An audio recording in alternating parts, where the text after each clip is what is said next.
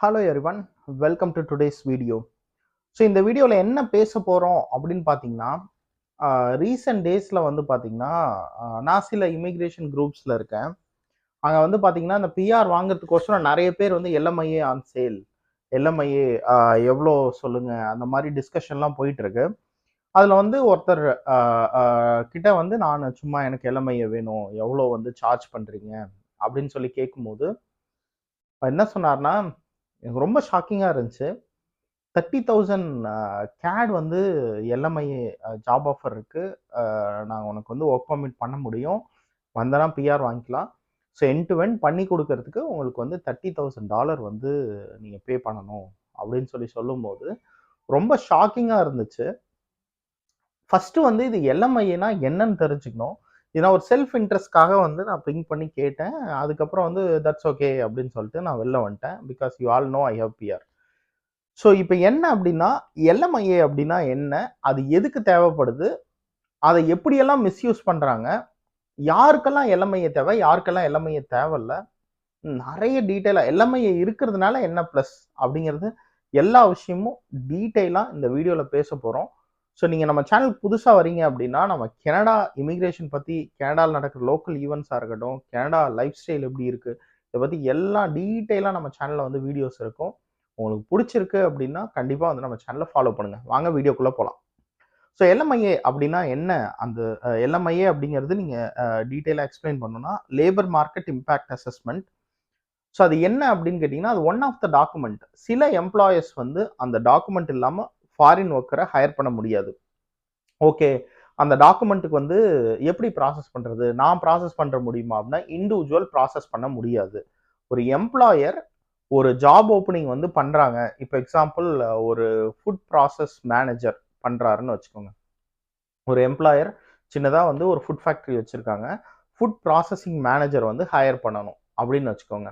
அவங்க food processing மேனேஜர எப்படி higher பண்ணுவாங்க அப்படின்னா, அந்த எம்ப்ளாயர் வந்து ஓகே, எனக்கு இந்த ஜாப் ஓப்பனிங் இருக்கு அப்படின்னு சொல்லி ஃபர்ஸ்ட் ஒரு வெப்சைட்ல ஏதாவது ஒரு வெப்சைட்ல அட்வர்டைஸ்மென்ட் குடுக்கணும். அவங்களோட கம்பெனி வெளியில வந்து இது மாரி வந்து ஜாப் அவைலபிள் அப்படின்னு சொல்லி ஃபோட்டோ எடுத்து போடணும். எல்எம்ஐஏக்கு அப்ளை பண்ணணும். ஸோ வந்து இதெல்லாம் இருக்குது. நெறைய ப்ராசஸ் இருக்கு எல்எம்ஐ அப்ளை பண்றதுல. அந்த எல்எம்ஐ அப்ளை பண்ணி $5,000 வந்து கனடியன் டாலர் வந்து அந்த எம்ப்ளாயர் வந்து பே பண்ணணும். Not employee. திரும்ப எம்ப்ளாயர் பே பண்ணணும். பே பண்ணி ப்ரூவ் பண்ணா எல்எம்ஐஏ இஷ்யூ பண்ணுவாங்க. அந்த எல்எம்ஐஏ 6 மந்த்ஸ் வேலிட் இருக்கும். அது எப்படின்னா, இப்போ ஒரு எல்எம்ஐஏ வருது அப்படின்னா, உடனே அந்த எல்எம்ஐஏ வச்சு நம்ம வந்து மல்டிபிள் இது பண்ற முடியாது. 6 மந்த்ஸ் தான் வேலிடு. அந்த ஒரு பொசிஷன ஃபில் பண்ணிட்டீங்க அப்படின்னா, அந்த ஒரு டாக்குமெண்ட் ஃபார் ஒன் பர்சன். நீங்க வந்து அந்த ஒரு ஜாபுக்கு நீங்க ஃபில் பண்ணிட்டீங்க அப்படின்னா, அவ்வளோதான். அந்த எல்எம்ஐஏ வந்து நல்லிஃபை ஆயிடும்.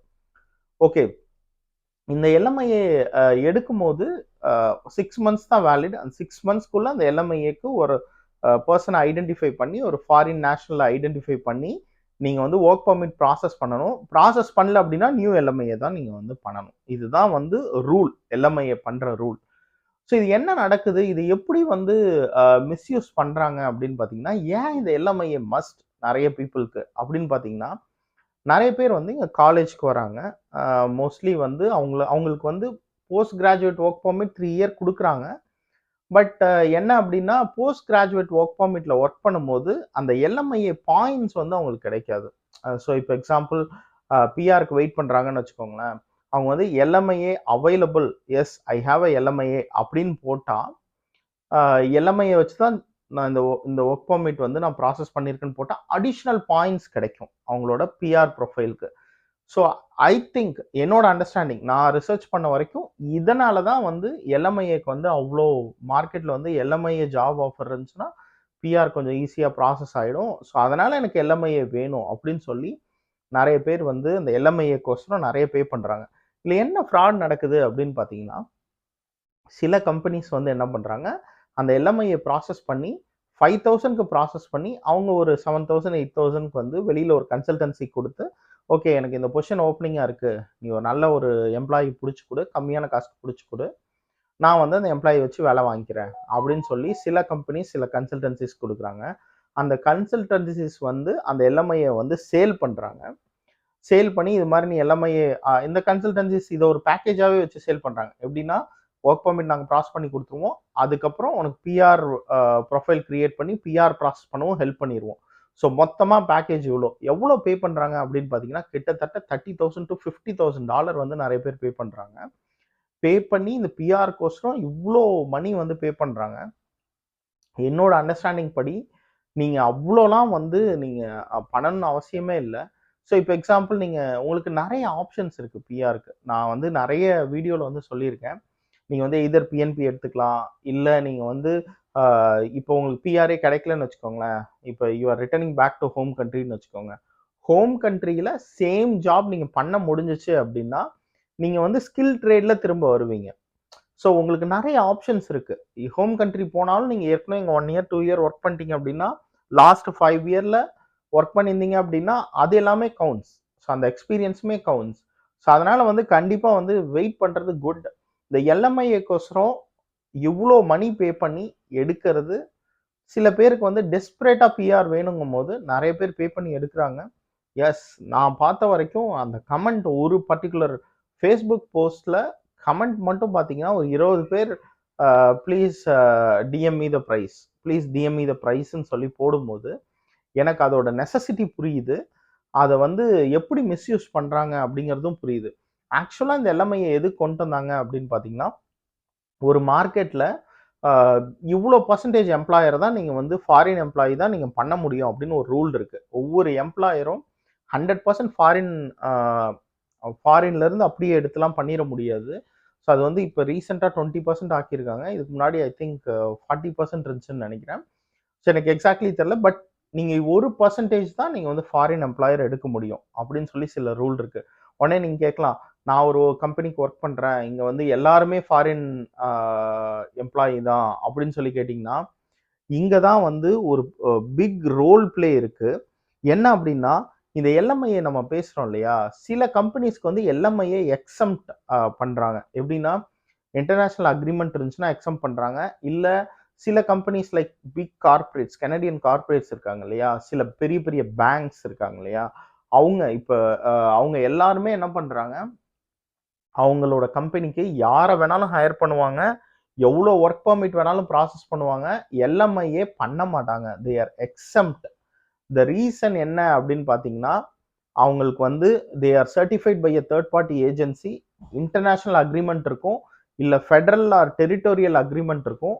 ஸோ ஃபஸ்ட்டு நான் வந்து இங்கே இவ்வளோ இன்வெஸ்ட் பண்ண போகிறேன், பட் ஆனால் நான் ஒர்க் பர்மிட் கேட்டால் நீ கொடுக்கணும், நீங்கள் வந்து எல்எம்ஐஏ கேட்கக்கூடாது, எல்எம்ஐஏ எக்ஸம் கேட்டகரி எனக்கு கொடுக்கணும் அப்படின்னு சொல்லி ஒரு டாக்குமெண்ட் வாங்கிக்கிறாங்க. அந்த டாக்குமெண்ட் வச்சு ஒர்க் பர்மிட் ப்ராசஸ் பண்ணும்போது எல்எம்ஐஏ கேட்க மாட்டாங்க ஒர்க் பர்மிட்டுக்கு. ஸோ எவ்வளோ பேருக்கு வேணாலும் அவங்க வந்து ப்ராசஸ் பண்ணிக்கலாம்.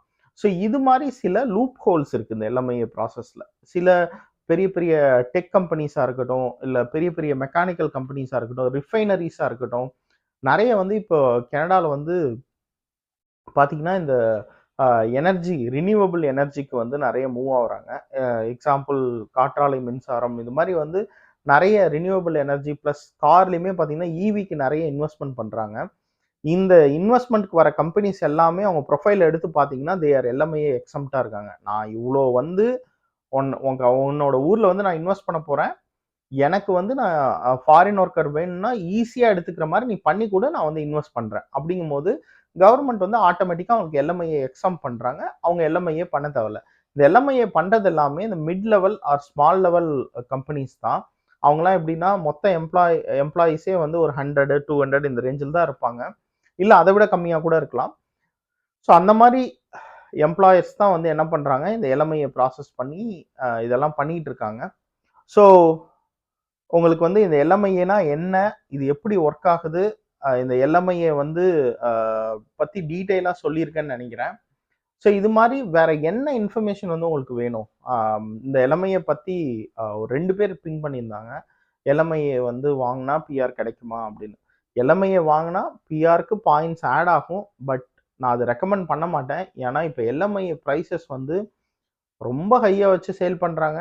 ப்ளஸ் இன்னொன்று லெஜிட்டானும் பார்க்கணும். நிறைய வந்து ஃபேக்கும் இருக்கும். உங்களுக்கு நல்லா தெரியும், ஜாப் ஆஃபராக இருக்கட்டும், இல்லை எல்எம்ஐஏவாக இருக்கட்டும், எது கொடுத்தாலும் அது லெஜிட்டா. ஏன்னா வந்து அப்படியே HSL ஃபேக் டாக்குமெண்ட் கிரியேட் பண்ணி காசு வாங்குறாங்க. நிறைய பேர் இது மாதிரி ஸ்கேமில் வந்து மாட்டிட்டு எனக்கு மெசேஜ் பண்ணவங்களும் இருக்காங்க. ஸோ அதனால வந்து லெஜிட்டா இருக்கணும். இது மாதிரி நிறைய விஷயங்கள் இருக்கு. அதனால இந்த ட்ராப்ல போய் விழுந்துடாதீங்க. Always there is a straight way of handling it. அதுக்கு வந்து பண்ணுங்க. ஸோ வந்து கண்டிப்பா இந்த இந்த வீடியோ வந்து கொஞ்சம் இன்ஃபர்மேட்டிவா இருந்திருக்கும்னு நினைக்கிறேன். ஸோ நான் வேற என்ன பத்தி உங்களுக்கு தெரியணும் அப்படின்னு சொல்லி சொல்லுங்க. எனக்கு தெரியலனா கூட நான் வந்து கேட்டு கண்டிப்பா வந்து டீட்டெயிலா எக்ஸ்பிளைன் பண்றேன். இந்த வீடியோ உங்களுக்கு வந்து கண்டிப்பா இன்ஃபர்மேட்டிவா இருந்திருக்கும்னு நினைக்கிறேன். ஸோ இன்னைக்கு எல்லாமே பத்தி பார்த்தோம். இன்னொரு நல்ல வீடியோல இன்னொரு விஷயத்தை பத்தி நல்லா பேசுவோம். Until then by from Tamil.